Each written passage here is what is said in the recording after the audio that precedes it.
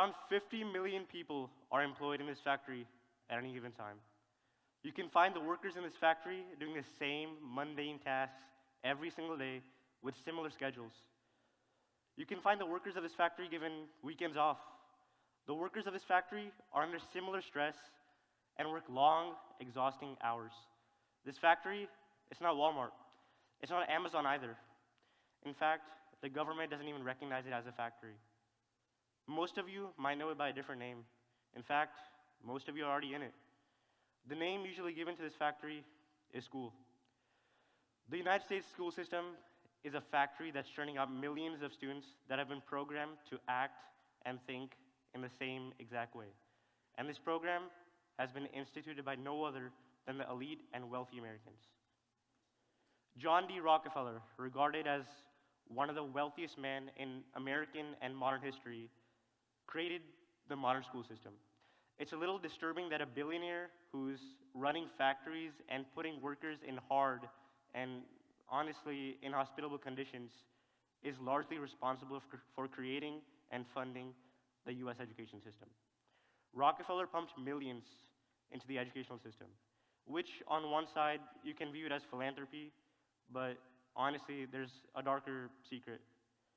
He stated that I don't want a nation of thinkers, I want a nation of workers. Workers that would supply and fulfill his labor needs for his factories. Andrew Carnegie did the same. Moreover, not only were the wealthy like Carnegie and Rockefeller funding the US education system, but they were controlling what is supposed to be taught in the education system. From the beginnings of the American school system, it was made clear that the wealthy didn't want a nation of thinkers, philosophers, or people who make a change in the world. What they wanted is workers. Workers that would fulfill the labor needs of the hyper-wealthy and become wage slaves like millions of others.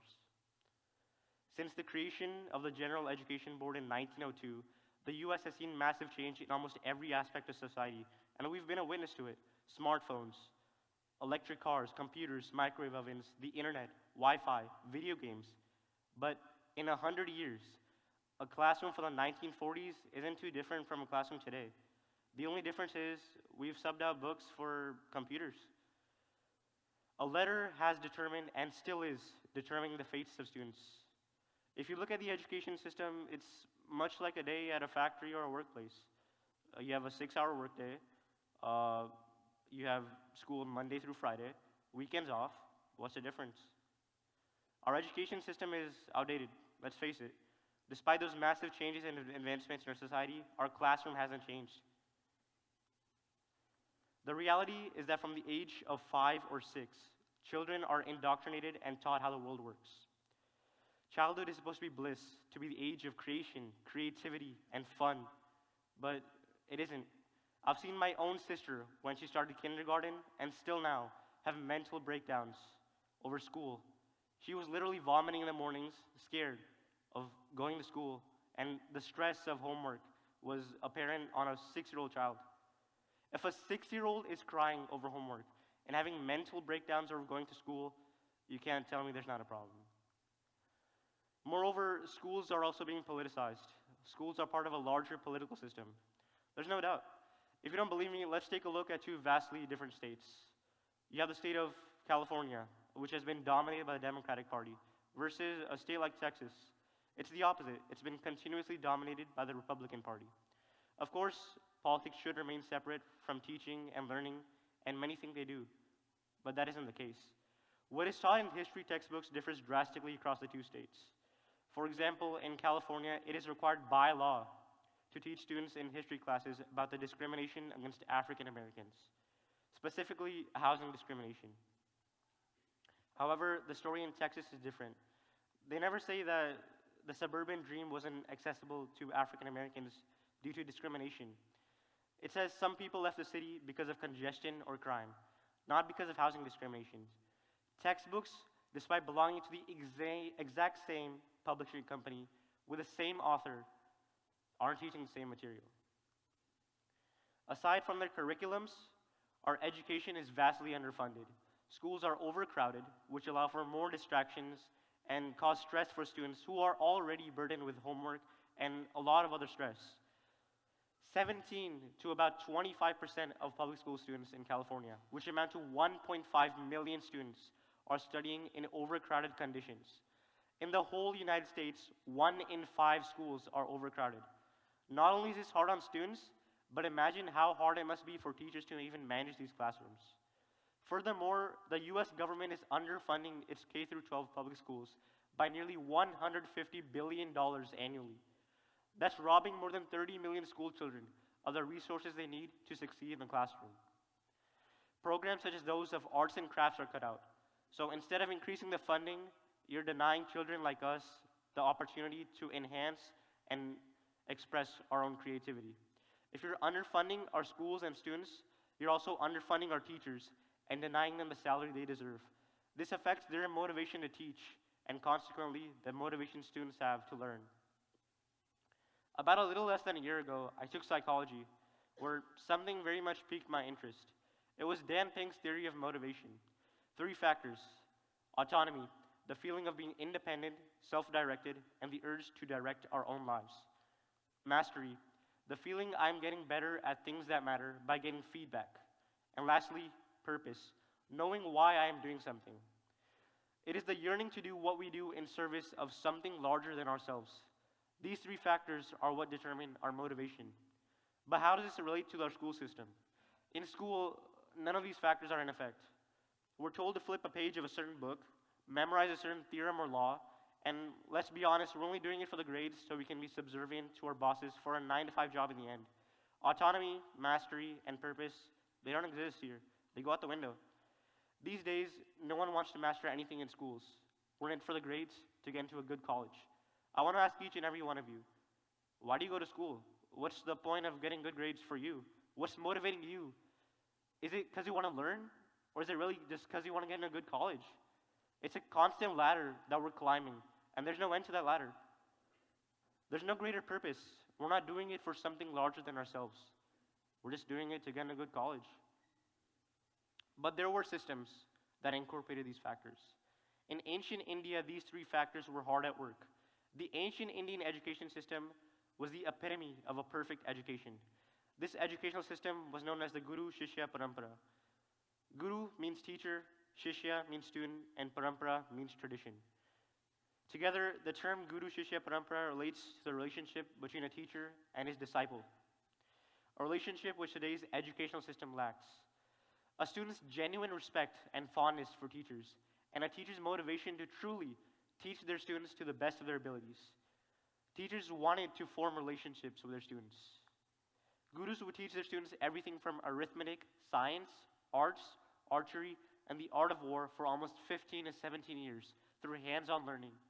During this time, students and teachers would get into theoretical debates, and the teacher would push the student to do out-of-the-box thinking and think for themselves, critical thinking that isn't in effect today. After the learning period was over, the Shishyas or disciples would be free to do whatever they wish. This was a true motivation to learn.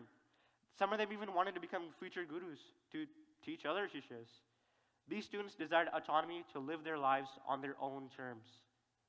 And as a result, they were motivated to learn. They desired mastery over archery and key skills to dominate on the battlefield and defeat their enemies, and achieve a vast array of knowledge over a variety of subjects. But most importantly, they were motivated to become future gurus and do something for their own kingdoms and clans. Today, we lack this motivation. We aren't pushed to learn.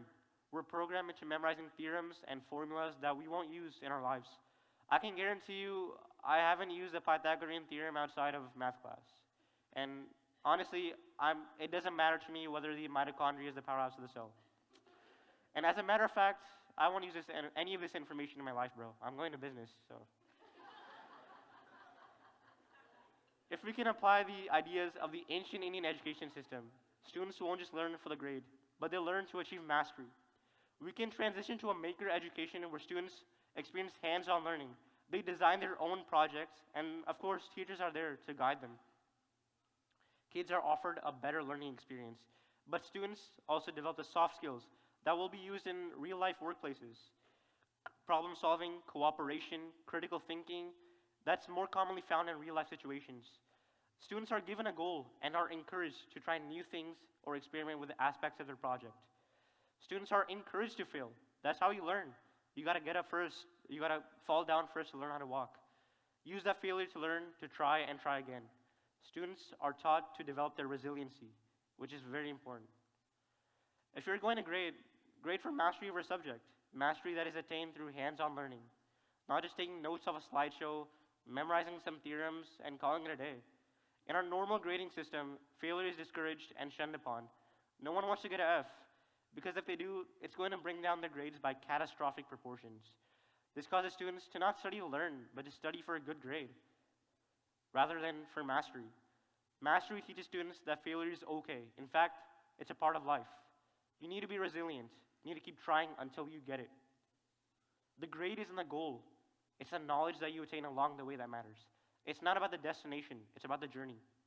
No matter how long or how many times you fail and fail again, what matters is that at the end, you mastered your subject.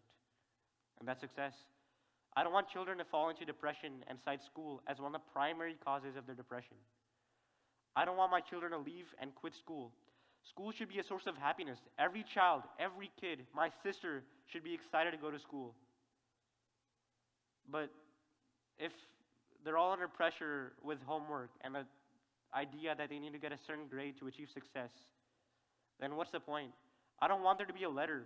What I want is for kids to master a subject, use that subject to become self-sustaining and independent individuals, and then find a way to change the world for the better using that subject and the knowledge they attain. What I envision, me personally, is an education system that inspires children to attain a passion for knowledge and pursue knowledge, not grades. We are the last stand against global warming and against so many different problems that plague our world. We're the last chance in changing the world before it's too late. But how are we going to do that if we're taught to do something for ourselves rather than the world as a whole? Every day in school, there's one idea that is constantly fed into us. Every single day, every single hour, study to get a good job. Hell, even at home, our parents say study to get a good job. Every day in school, you should be feeding us with different ideas. Study to do something better for the world. Study for humanity. Study for society. If a child who never even finished high school, a 16-year-old, and a poor child of Indian farmers like my dad can become an entrepreneur, then what's stopping teens like us from turning our own dreams and aspirations into reality? What matters is really our passion for knowledge. And it's the same passion for knowledge that allows entrepreneurs and every successful businessman to succeed in life. If we live for ourselves, what are we supposed to change?